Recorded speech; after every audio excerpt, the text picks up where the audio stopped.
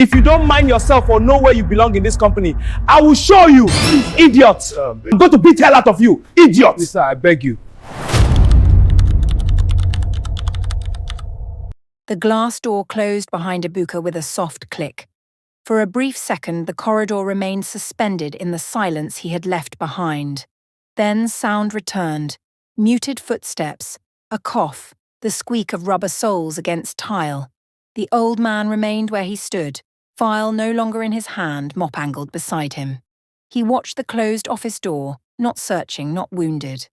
Measuring, the two junior staff who had exchanged glances earlier began to move again. One leaned toward the other. "He doesn't joke," she whispered.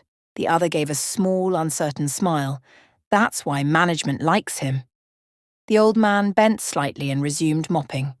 Inside his office, Ebuka placed the file on his desk. The faint smudge at the edge of the last page irritated him more than it should have. He pressed his palm over it as if flattening it could undo the disruption. Through the glass partition, he could still see the janitor's slow movements. Too slow. He stepped back out. The corridor shifted again. "You," he said, voice controlled but carrying. "If you know people resume by 8, why are you still here at 8? The mop paused mid-stroke. "I start at 6, sir." "Then plan better," Ebuka gestured toward the floor. "This is a corporate environment. Timing matters." A few staff members now pretended to check their phones while listening. The old man nodded once. "Yes, sir." It was the calmness that unsettled him. No defense, no explanation, just acceptance. Ebuka folded his arms. "And remove that thing properly," he added, pointing at the caution sign. "It's not decoration." A small ripple of laughter escaped from somewhere behind. Not loud, but enough. Something in Ebuka straightened. The janitor adjusted the sign carefully, aligning it with the center of the corridor as though it were being inspected by a surveyor. "There," Ebuka said. "Better." He returned to his office again, this time slower. Inside, the air conditioning wrapped around him like approval. He loosened his jaw and adjusted his tie, though it sat perfectly in place. Leadership required firmness. That was what people respected. Outside, the atmosphere had changed. When the janitor stepped aside to let a group pass, none of them greeted him. A young analyst muttered, half joking, "Make sure it's dry this time, sir." "Sir." The word carried imitation. The old man inclined his head slightly. "It will be." No irritation. No sarcasm. Just composure. From behind the glass, Ebuka watched without fully realizing he was watching. He felt steadier now, seen. The earlier heat in his chest had settled into something cooler, more structured. Control. His phone vibrated lightly on the desk. A message from his mother. "Have a good day. Remember who you are." He read it twice. "Remember who you are." He placed the phone face down. Outside, the mop moved in slow, even strokes. The corridor resumed its rhythm, printers humming to life, phones ringing, low conversation weaving through the space. But something subtle had shifted. The laughter earlier had been permission, tone had been set, hierarchy made visible. And as Ebuka sat back in his chair, he felt taller inside it. He did not notice that the old man, while moving past the glass door, glanced in only once. Not with resentment, with recognition. And something else. Decision. Traffic was thick by the time Ebuka turned into his mother's street. Hawkers moved between cars with sachet water and plantain chips. Generators hummed from nearby compounds, and the air carried that familiar mix of dust and frying oil that clung to evenings in Lagos. Vivian's gate was half open. The security light had already come on, though it was not yet dark. She was on the veranda when he entered, shelling ground nuts into a small plastic bowl. A radio played softly beside her, and tuned to a gospel station. She looked up immediately. "Ah, Ebuka." Her face brightened. "You didn't say you were coming." "I was nearby," he said, kissing her lightly on the cheek. "How are you?" "I thank God." She searched his face as she always did, as if checking for damage. "Work?" Fine. She gestured for him to sit. He lowered himself into the plastic chair opposite her. The compound felt smaller than he remembered. The walls needed repainting. The mango tree by the fence had grown wider, its branches now casting longer shadows. She pushed the bowl toward him. Eat. He took a few nuts, cracking them absent-mindedly. There was a pause. The radio preacher's voice rose and fell about forgiveness and patience. You didn't reply my message this morning, she said gently. I was busy. She nodded. That's good. Stay focused. Another silence settled. He watched her fingers move, steady and practiced. There was a wedding band on her hand now. He still noticed it. How is Uncle Aid? He asked, the name slightly formal in his mouth. He is fine. He travelled to Ibadan for work. He will return tomorrow. Ebuka nodded once. He had not come to ask about Aid. He leaned back in his chair. Mummy? She looked up immediately. Yes? He hesitated. The question had lived in him for years, but tonight it felt closer to the surface. Did you ever think it was wrong? He asked quietly. Or wrong? Her brows tightened. Not telling me. His voice remained even. About him. Her hands slowed. Ebuka. I'm not a child anymore. She placed the bowl down carefully. We have discussed this. No, he said. You have avoided it. The word hung heavier than he intended. Vivian inhaled slowly. Some things are not useful to reopen. Useful? A short laugh escaped him. Knowing who my father is not useful. She glanced toward the gate as if someone might overhear, though the compound was quiet. I protected you, she said. That is what I did. From what? Her eyes flickered just for a second. From shame. The answer landed between them. He straightened. Whose shame?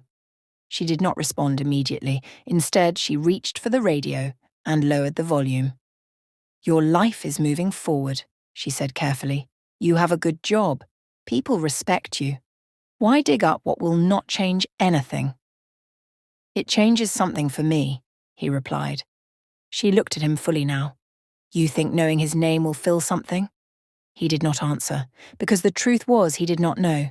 Vivian's voice softened. He made his choices. I made mine. You are not responsible for either. The statement was meant to comfort. It did not. He stood up abruptly, pacing once across the veranda tiles. You always say that, he muttered. You always say it's not important. She watched him, worry settling into her features. My son. He stopped walking. Was he married? Her silence stretched a beat too long. That is not the point, she said finally. He exhaled sharply. So he was. Vivian's shoulders lowered slightly as though something had slipped beyond her control. I did what I thought was best, she said again, but the firmness had weakened. Ebuka picked up his car keys from the small table. You did what was easiest, he replied, not loudly, not cruelly, just tired. Her face flinched in a way he almost missed. I endured more than you know, she said, barely above a whisper. He paused at the edge of the veranda. Then let me know, he said. But she shook her head slowly. Some truths do not bring peace. He held her gaze for a moment longer, searching for something. Regret, guilt, clarity. He found only fear. I have peace, he said, though his chest felt tight. I don't need anything from him. The words surprised even him. Vivian nodded, perhaps mistaking defiance for strength. That is my son, she said quietly. He forced a brief smile and stepped off the veranda. Behind him she remained seated, hands resting in her lap, eyes unfocused. As he drove out of the compound, he did not look back. The streetlights flickered on one by one. Traffic swallowed him again. He gripped the steering wheel harder than necessary. He would not ask again. If a man could walk away once, he could walk away too. And somewhere beneath that resolve, something hardened further. Not anger this time, but refusal. At the veranda, Vivian reached for her phone after several minutes of stillness. She scrolled to a number she had not called in months. Her thumb hovered. Then she locked the screen without dialing. The radio continued softly in the background. Patience. Forgiveness. She turned it off. The invitation arrived on a Thursday afternoon, folded neatly inside a brown envelope with his name written in careful blue ink. It was waiting on his desk when he returned from a meeting. Chidinma dropped it beside his laptop. "Your uncle sent it through the driver," she said. "He said it's important." Ebuka glanced at the handwriting before opening it. The card inside was thick, printed with gold lettering announcing a traditional marriage in the village the following weekend. He read the names once. The bride's father's name tugged at a distant memory, a man who had once carried him on his shoulders during Christmas visits years ago. He placed the card down. "You'll go?" Chidinma asked casually, leaning against the edge of his desk. "It's far," he replied. "And I have work." She nodded slowly. "It's family." "So?" She shrugged, half smiling. "Nothing. Just saying." After she left, he picked up the card again. The venue was the old family compound. He could picture the red earth, the uneven courtyard, the wooden chairs arranged under canopies, women in bright wrappers moving between pots of soup, men sitting in plastic chairs debating politics and lineage. He felt the familiar tightening in his chest. His phone buzzed. His mother. "You saw it?" she asked without greeting. "Yes." "They are expecting you. Your name is on the list." He leaned back in his chair. "I won't be able to make it." A pause. "Why?" "Work. It's Saturday." He exhaled. "Mummy, I don't need to show face at every gathering." "It's not every gathering. It's your cousin." Distant cousin. Her silence carried disappointment, but also something else. Caution. "They will talk," she said quietly. "They always talk. This is how family stays family." He stared at the glass wall of his office. Outside, the janitor moved slowly past, pushing his cart. "I'm not a child anymore," he replied. "I have responsibilities." "And your roots?"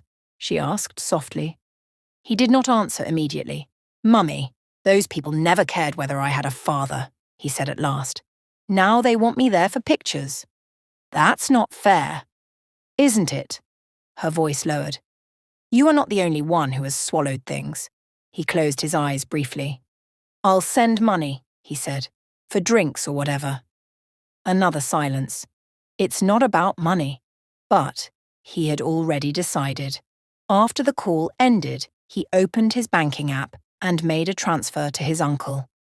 The confirmation message blinked back at him. He felt efficient, responsible.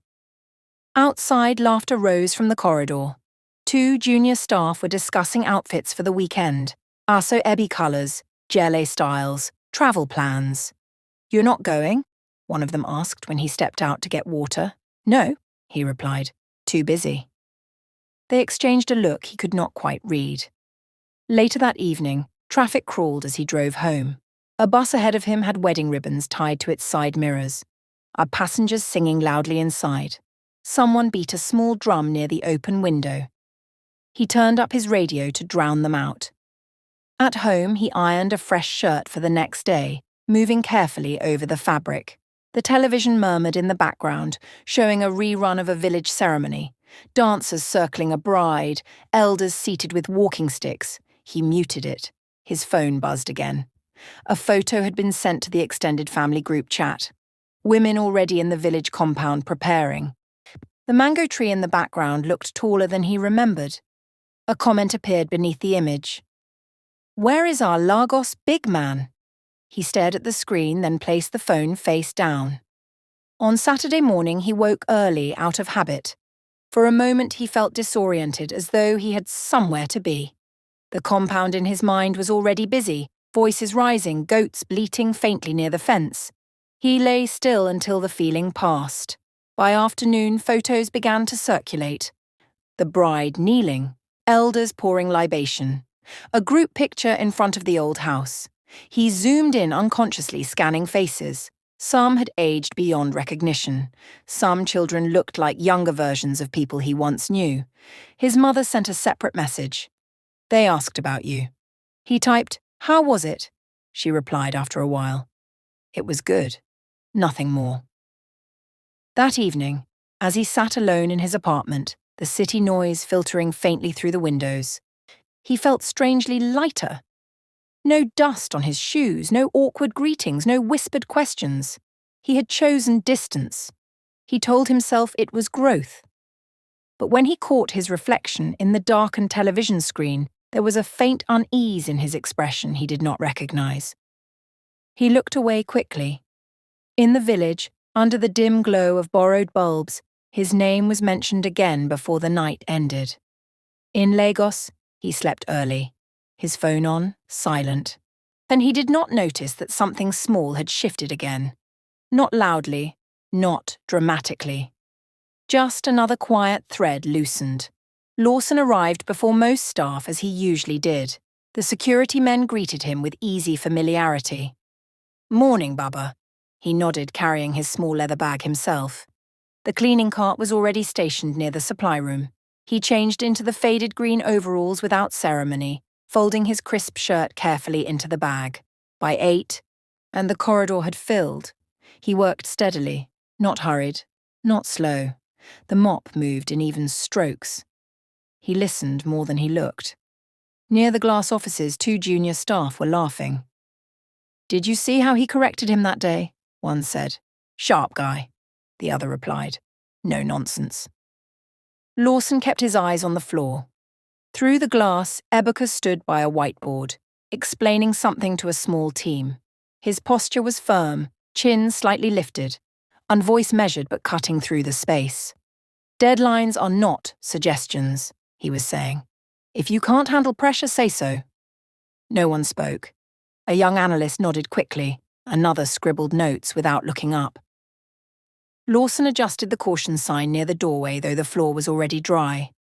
Later that morning, a file slipped from one of the intern's hands near the reception desk. Papers scattered. Before the intern could bend fully, Ebuka's voice reached them. "Careless." The word was not loud. It did not need to be. The intern flushed. "Sorry, sir." "Sorry doesn't correct incompetence." The corridor quieted in that familiar way. Lawson stood a few steps away, holding a trash bag open. He watched the intern's hands tremble slightly while gathering the papers. For a moment, he considered stepping forward. A small interruption. A deflection. Something to ease the air. He did not. He resumed tying the bag. Inside, something tightened in him. And he had told himself he was observing. Measuring character. Giving space for growth. But growth did not look like this. At midday, the daughters called from Abuja. He stepped outside near the generator house to take it. "Daddy, you sound tired," the eldest said. "I'm fine." "You're still doing your experiment?" He smiled faintly. "Work is work." A pause. "He reminds you of yourself?" she asked gently. Lawson looked through the open window toward the corridor. Ebuka was standing alone now, scrolling through his phone, jaw set. "No," Lawson replied after a moment. "He reminds me of my silence." His daughter did not respond immediately. "You don't have to prove anything again," she said finally. He ended the call soon after. Back inside, the afternoon heat pressed against the windows. The air conditioning struggled faintly. Ebuka stepped out of his office and nearly bumped into him. "Watch where you're going," Ebuka said automatically. Lawson moved aside at once. "Sorry, sir." Their eyes met briefly. Ebuka looked away first. By closing time, the staff dispersed in clusters. Laughter returned, lighter now. Someone mentioned drinks after work. Lawson remained behind, wiping down the reception counter slowly. He could feel the day's weight in his shoulders. He had once believed that withholding truth was protection, that allowing distance would preserve dignity. Watching the corridor now, he wondered who he had truly protected. From the far end, he heard Ebuka's voice again, instructing the security man about vehicle parking, tone clipped, assured. People were beginning to move for him instinctively. Lawson stood still, cloth in hand. No one would challenge him. Not yet. And perhaps that was the problem. As he removed his overalls in the small staff room, He folded them neatly. His reflection in the cracked mirror looked older than he remembered, and he rested his palms on the sink for a moment longer than necessary. In the quiet of the nearly empty office, he felt something shift within him.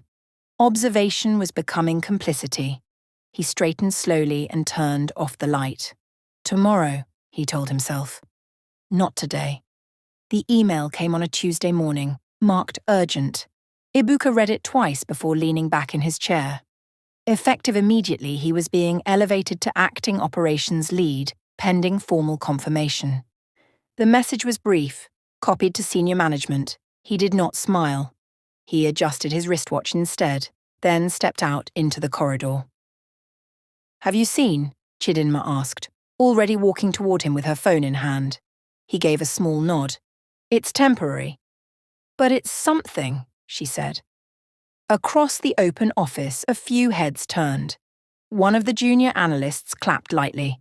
"Congrats, sir." "Sir." The word settled differently now. Through the glass partition, Chet Lawson stood by the storage cabinet, arranging cleaning supplies that did not need rearranging. He did not look up immediately, but he had heard the change in tone. By noon, Ibuka was seated in a meeting with two senior managers who had once spoken to him as a peer. Now they waited for his input before concluding. "We'll need tighter reporting," he said, tapping his pen lightly against the table. "No more excuses." They nodded. After the meeting, Sihi lingered in the boardroom alone for a moment, palms flat against the polished table. His reflection stared back from the darkened screen at the front. He felt steady, chosen. In the corridor, the janitor was wiping down the framed mission statement mounted on the wall. Ibuka paused in front of him. "Make sure the executive floor is spotless tomorrow morning," he said. "We have external auditors coming." "Yes, sir. And come earlier. I don't want distractions." Lawson nodded. There was no irritation in his face, no resistance. Ibuka waited a second longer than necessary, as if expecting something else. When none came, he walked away. Later that afternoon, an intern approached his desk hesitantly. "Sir, about the revised schedule." "Did you read the email?" Ibuka asked without looking up. "Yes, sir, but—" "Then follow it," the intern swallowed. "Yes, sir." Lawson watched from a distance as the young man returned to his seat, shoulders drawn inward. The promotion had been signed off quietly, but it had not been accidental. Lawson had approved it personally, overriding mild hesitation from one board member who suggested waiting. "He's young," the man had said. "He will learn," Lawson replied. Now, standing in the corridor with a damp cloth in his hand, he wondered what exactly he had hoped would surface. That evening, as staff gathered near the reception desk to congratulate him, Ibuka's laughter carried louder than usual. "It's just responsibility," he said. "Nothing changes." But things had already shifted. People stood straighter around him. They waited for his reaction before speaking. He corrected a typo in a report publicly, sliding the file back across the desk with a measured look. "Details matter." "Yes, sir." From the side, someone whispered, "He's strict, but that's how leaders are." Lawson heard it. He finished emptying a bin and moved slowly toward the stairwell. Inside his office, Ibuka closed the door and sat down. His phone buzzed again with congratulatory messages. One from his mother. "Proud of you," he typed back. "I earned it." He stared at the message after sending it. Earned it. Outside, Lawson paused by the glass wall. Through it, he could see his son seated at the larger desk now reserved for department heads. The chair fit him well. For a brief moment, Lawson felt something close to relief. Perhaps responsibility would temper him. Perhaps authority would refine him. Inside, Ibuka leaned back, folding his arms across his chest. A faint satisfaction warmed him. He had always known he was ahead of them. He had simply been waiting for them to catch up. When the janitor passed his door later, Ibuka did not look up. He assumed compliance now, assumed order. In the quiet hum of the office, entitlements settled gently into place, almost unnoticed. And Lawson watching from the corridor, I felt the first clear tremor of doubt. The auditors arrived earlier than expected. By 7:40 a.m., the reception area was already tense. Files had been stacked neatly, chairs aligned, the scent of air freshener slightly too strong. Ebuka stood near the executive corridor, scanning the floor. There was a faint streak near the wall. He looked up. The janitor was adjusting the trash liner beside the conference room. "I said I don't want distractions today," Ebuka called out, his voice carrying further than intended. "I finished by 6, the old man replied calmly. "One of the cleaners spilled coffee. I'm clearing it." Ebuka walked toward him, steps measured but quick. "Then clear it faster."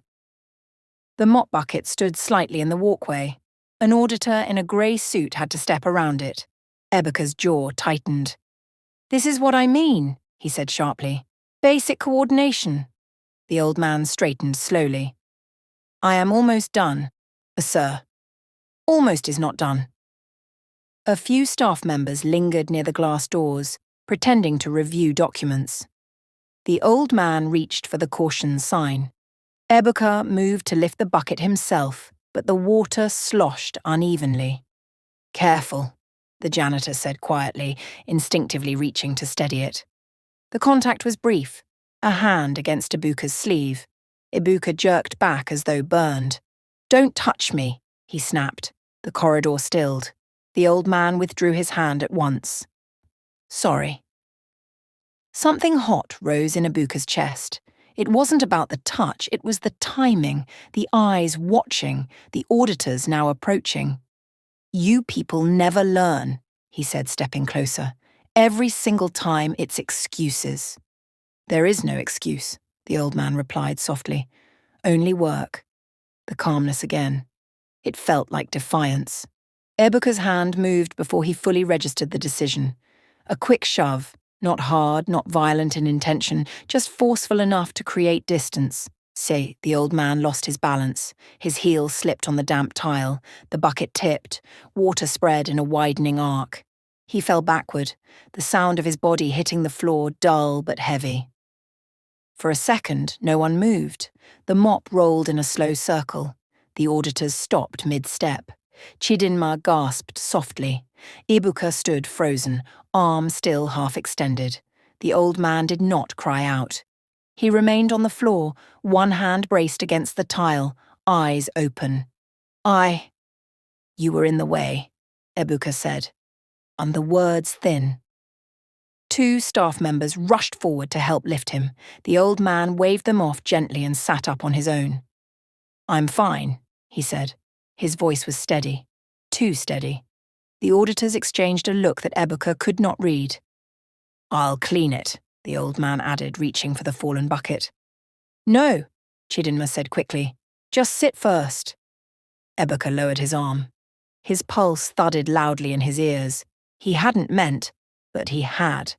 The old man rose slowly, leaning slightly on the wall for support before straightening fully. Their eyes met. There was no accusation there, only something settled. Final. Ebuka felt it like a small crack beneath his ribs. "I told you to coordinate," he muttered, quieter now.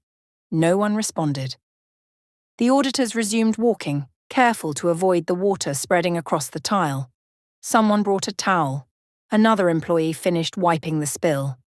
The corridor noise returned, but thinner, controlled.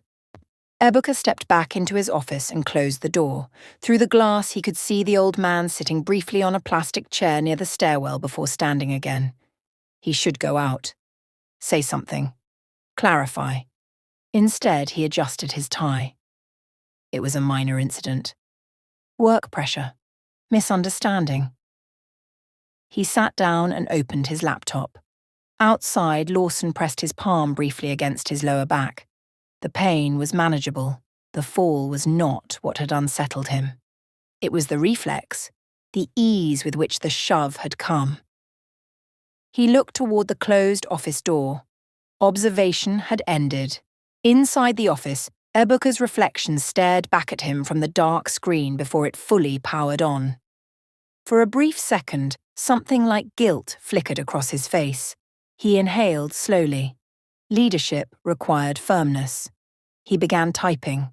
Outside, the corridor resumed its rhythm, but the silence underneath it remained.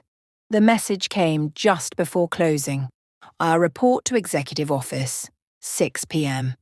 No explanation. Ebuka stared at it longer than necessary. The auditors had left without complaint, but the morning had lingered in the air all day. Conversations had been careful, laughter softer. He told himself this was routine. At 6, the corridor was nearly empty. The cleaners moved quietly at the far end. The glass doors reflected his image back at him as he walked toward the executive wing, a section he had only entered for meetings. The receptionist outside the main office looked up. "He's expecting you," she said. He paused at the door, adjusted his tie, and knocked. "Come in." The voice was familiar. He stepped inside. The office was larger than he imagined. Dark wood shelves lined the walls, framed certificates, a faint scent of polished furniture and something older, steadier. Behind the desk sat the old janitor, not in green overalls, in a tailored charcoal suit. His grey hair was combed back neatly. His posture straight. For a moment Ebuka did not move. His eyes flicked instinctively to the corner of the room, as though searching for the real executive. The old man gestured to the chair opposite him. "Sit." The tone was calm, not loud. Ebuka remained standing. "Sir, I think there's a mistake." "No." The single word landed without force, yet it closed the room. Slowly, Ebuka sat. The desk between them felt wider than it was. On its surface lay a slim file. Familiar.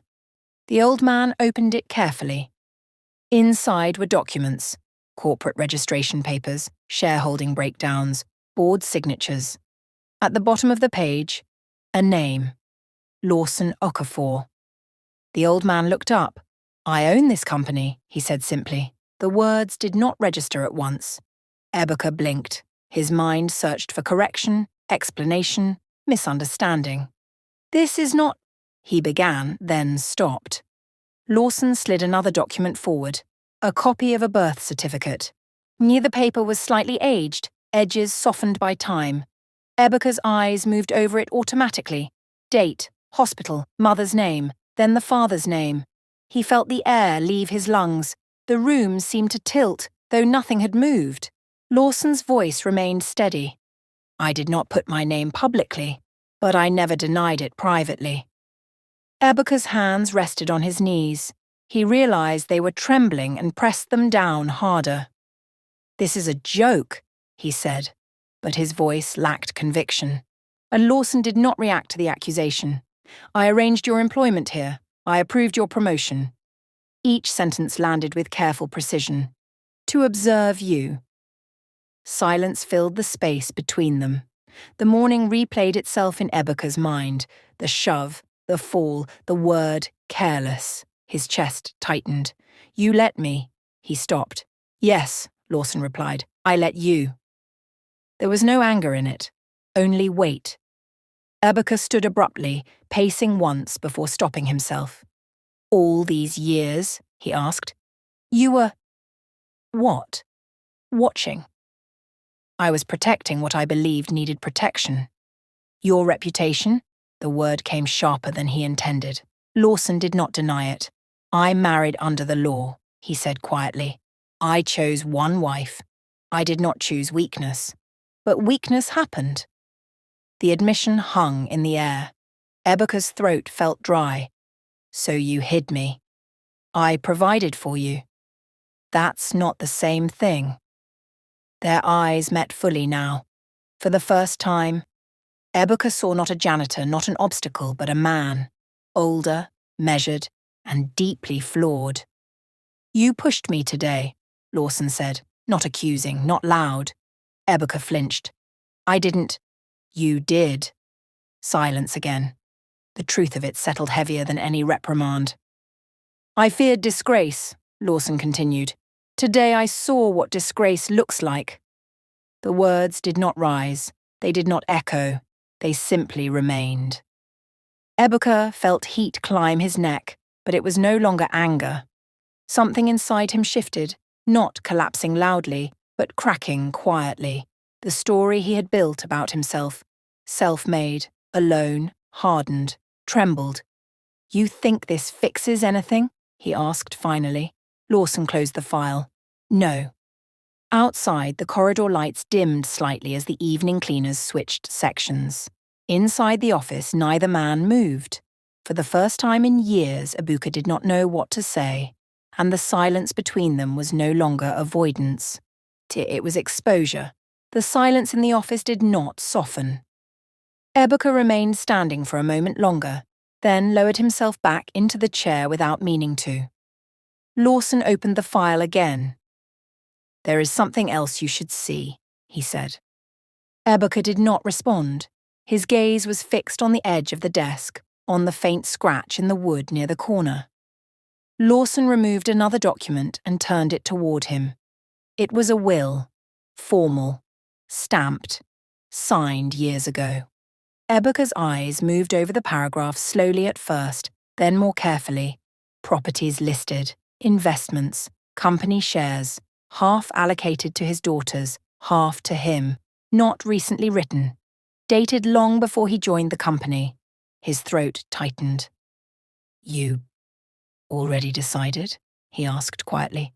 Lawson folded his hands together on the desk. "I have known you were my son since the day you were born." Ibuka swallowed. "And you thought money would settle it?" "No," Lawson replied. "So money settles nothing. It only exposes what is already there." The words landed harder than accusation would have. Ibuka looked down at the page again. He remembered the night he told his mother he did not need anything from the man who left. The certainty in his voice, the pride.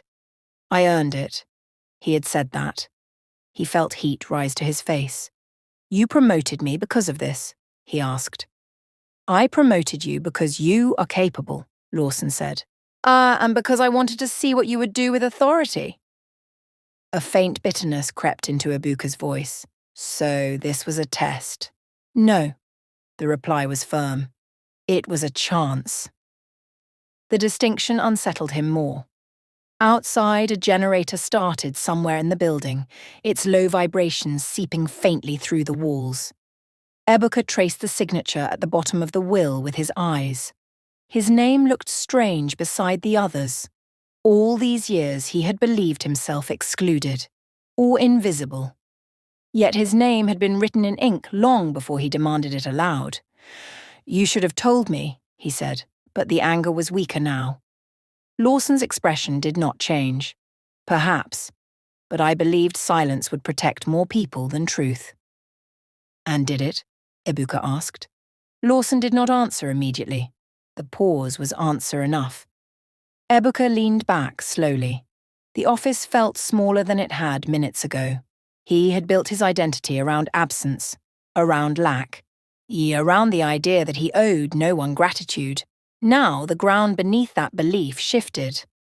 "I don't want your pity," he said finally. "This is not pity," Lawson replied.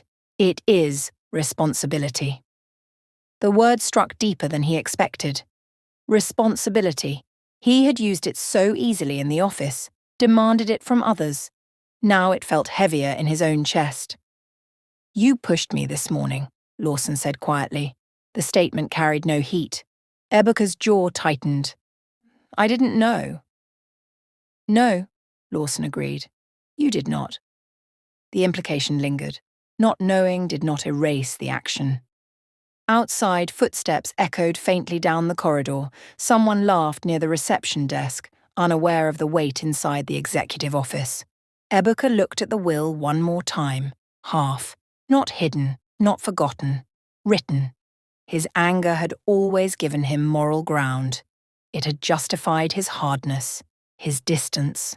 Now that ground felt less stable. He stood slowly. "So what happens now?" he asked. Lawson closed the file and rested his palm over it. "That depends on what kind of man you choose to be." There was no instruction in the tone, no threat, just space. Ibuka nodded once, though he did not fully understand what he was agreeing to. As he reached the door, he hesitated briefly, his hand on the handle. For the first time since entering, He felt something unfamiliar pressing against his certainty. Not rage, not triumph. Something quieter, unsettling. He opened the door and stepped into the corridor. The fluorescent lights seemed harsher than before. Behind him, the office door closed gently. Inside, Lawson remained seated, staring at the file on his desk. Outside, Ebukar walked past the framed mission statement he had corrected others beneath so many times. The words looked unchanged, but he no longer felt entirely certain of his place beneath them. And that uncertainty stayed with him as he moved down the corridor alone. The announcement was brief. A formal memo circulated the next morning before most staff settled into their seats. Effective immediately, operational oversight would transition to the board committee led by Adaora, Okafor, and Ifunanya, Okafor. Ebuka read it once, then again. He did not move. Across the open office, whispers began in careful tones. His daughters? I thought, well, it's their father's company. Through the glass corridor, he saw them arrive together. Adaora first, tall, composed, in a structured navy dress. Ifunanya beside her, softer in demeanour but equally steady. They greeted staff by name, not loudly, not tentatively. People stood when they approached. Ebukar remained seated. A knock came at his door. Adaora stepped in without hesitation. Good morning. He rose automatically. Good morning. Her gaze held his a moment longer than comfort allowed. Not hostile. Assessing. We'll be reviewing departmental structures this week, she said. Your team's reports will now come through the board. He nodded. Understood. Ifunanya entered quietly behind her, offering a small, polite smile. There was something familiar in her features. The angle of her jaw, the set of her eyes. He felt it before he named it. Sisters. The word settled awkwardly in his mind. Adaora glanced around the office, taking in the arrangement of files. In the chair that had recently felt like confirmation of his assent. We value discipline, she said, but culture matters too. The sentence carried no accusation, yet it landed heavily. We want excellence, Ifunanya added gently, without fear. Fear. He felt heat rise briefly, then fade. That won't be a problem, he replied, his voice measured. Adaora inclined her head slightly. We'll see. When they left, the door closed softly. He remained standing for several seconds before sitting down. Outside, staff moved differently now. Curious, alert. A few smiles appeared where stiffness had once lived. By midday, Adaora held a brief meeting in the open space. No one here is invisible, she said calmly. From executive to cleaner, respect is not optional. No one looked directly at him. He kept his eyes on his notepad. Later, he passed them in the corridor, speaking with Lawson. They stood close. Familiar. Comfortable. Lawson's expression held quiet pride. He did not look toward Ebuka immediately. When their eyes finally met, it was not as employer and employee. It was something more complicated. That evening, as staff dispersed, one of the junior analysts lingered near his desk. Sir, she said hesitantly, then corrected herself. Ebuka. He looked up. Thank you for the training these past weeks, she continued. I've learned a lot. There was sincerity in her tone, but relief too. He noticed it. You're welcome, he replied. After she left, he sat alone in the dimming office. The chair felt the same, but it no longer confirmed anything. Outside his door, Adaora walked past with Ifunanya. Their laughter was low but easy. He realized he did not know them. Not their childhood, not their stories, not the years he had spent believing they were obstacles instead of people. Half. The will had said half. Yet authority had not been divided that way. It had been entrusted. He leaned back slowly. For the first time in years, the certainty that had steadied him felt thinner. Masculinity, he had always believed, meant command, strength, control. Now 2 women carried authority with calm assurance, and no one questioned it. Not even him. The realization did not wound him. It unsettled him. He gathered his things quietly and turned off the office light. In the corridor, he paused near the framed mission statement. The words remained the same. Integrity, or responsibility, respect. He stood there longer than necessary.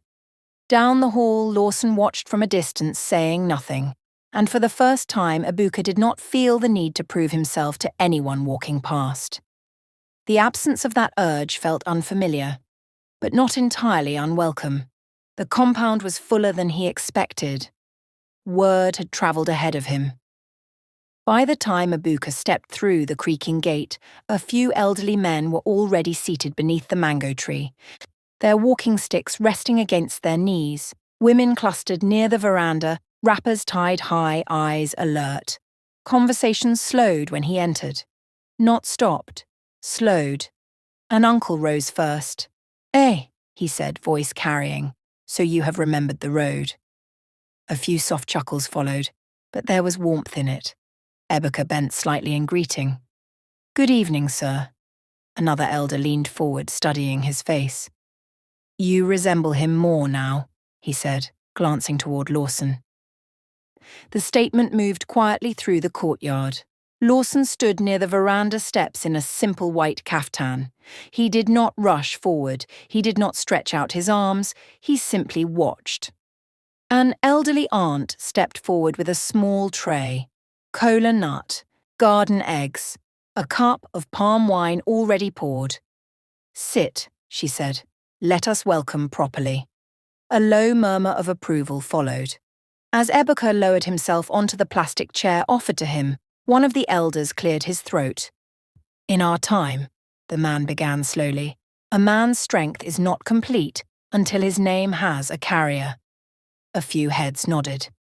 "But strength," the elder continued, glancing toward Adara and Ifunanya, who stood together near the doorway, "is also in daughters who do not bend." The balance was deliberate. Palm wine was handed first to Lawson. He received it, then passed it toward Ibuka without ceremony. The gesture was simple, but the courtyard inhaled. Ibuka accepted the cup. The liquid was slightly sour against his tongue. "Welcome home," the uncle said. This time the words were louder. A brief clap rose from the women. Not drumming, not dancing, but recognition. Someone muttered, "At least the lineage stands." Another woman added softly, "God has done well." Ibuka felt the weight of their eyes. For years he had imagined this moment as triumph, as vindication. It did not feel that way. It felt heavier. Adara stepped forward then, placing an extra chair beside his. "You can sit here," she said calmly. "Not behind. Beside." Ifunanya handed him a bottle of malt without flourish. "You drove far," she said.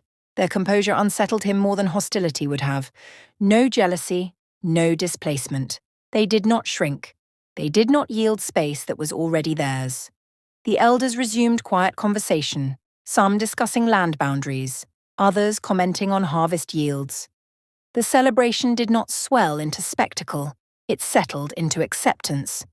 As evening drew closer, a small group of young men brought out a drum, tapping it lightly in rhythm, more out of habit than announcement. A short chant rose, acknowledging Lawson's household. Not a coronation, an acknowledgement. Ibuka looked around the courtyard. At the cracked wall near the well, at the mango tree shading them all equally. He felt seen, but not crowned. Lawson finally moved closer. Taking the seat beside him. "You hear them," Lawson said quietly. "Yes." "They speak of lineage." Ibuka nodded. "And what do you hear?" Lawson asked. He hesitated. "I hear expectation." Lawson's mouth curved faintly. "Good." The word was not praise. It was caution. Across the courtyard, Adaora was explaining something to one of the uncles about the company's expansion plans. Her voice was steady, confident. The elder listened, respectfully. Ibuka watched that exchange carefully. For the first time, the word son did not feel like a prize. It felt like responsibility that had arrived late. As dusk settled and the generator hummed to life, the courtyard lights flickered on. Children ran past him again, brushing his knee without fear. "Uncle," one said casually before darting away. The word lingered differently this time. He was not here to replace, not here to conquer. He was here to belong, if he could learn how. The elders' low conversation blended with the evening insects. Under the mango tree, between sisters who did not move aside and a father who did not boast, Ebuka felt both validated and unsettled. And for once he did not try to correct the feeling. Ebuka stood at the edge of the compound long after the others had gone inside. The night air carried the faint smell of wood smoke and damp earth. Somewhere beyond the fence, a generator hummed steadily. The mango tree above him shifted gently in the harmattan breeze. He had come to the village expecting either rejection or celebration. He found something quieter: responsibility. The father he had pushed now sat inside that house, older than pride, softer than fear. The sisters he had once imagined as rivals had not moved aside for him. They had stood beside him. The lineage the elders spoke about was not a crown, it was a burden shared. For years, Ibuka believed strength meant never needing anyone. He hardened himself against silence, against absence, against the name he was never given. Now he understood something else. Silence had shaped him, but it did not have to define him. Each December he returns to the compound. Not as the angry son, not as the acting executive, not as proof of tradition fulfilled. He comes as a man still learning how to belong. The elders still sit beneath the mango tree. Adaora still challenges him when he speaks too quickly. Ifunanya still corrects him when he forgets to listen. And Lawson watches, not measuring anymore. Just present. The corridor where it began still exists too. The day he chose correction over compassion. The day he mistook control for leadership. The day a shove exposed the crack beneath his pride. He cannot erase that moment, but he does not run from it now. Under the same mango tree where lineage was acknowledged without spectacle, he finally understood what the will could not teach him. Inheritance is not property, it is character. That is the end of Ebuka's journey. If this story moved you, tell us in the comments, what truth did you learn too late? And don't forget to subscribe. Another story is waiting.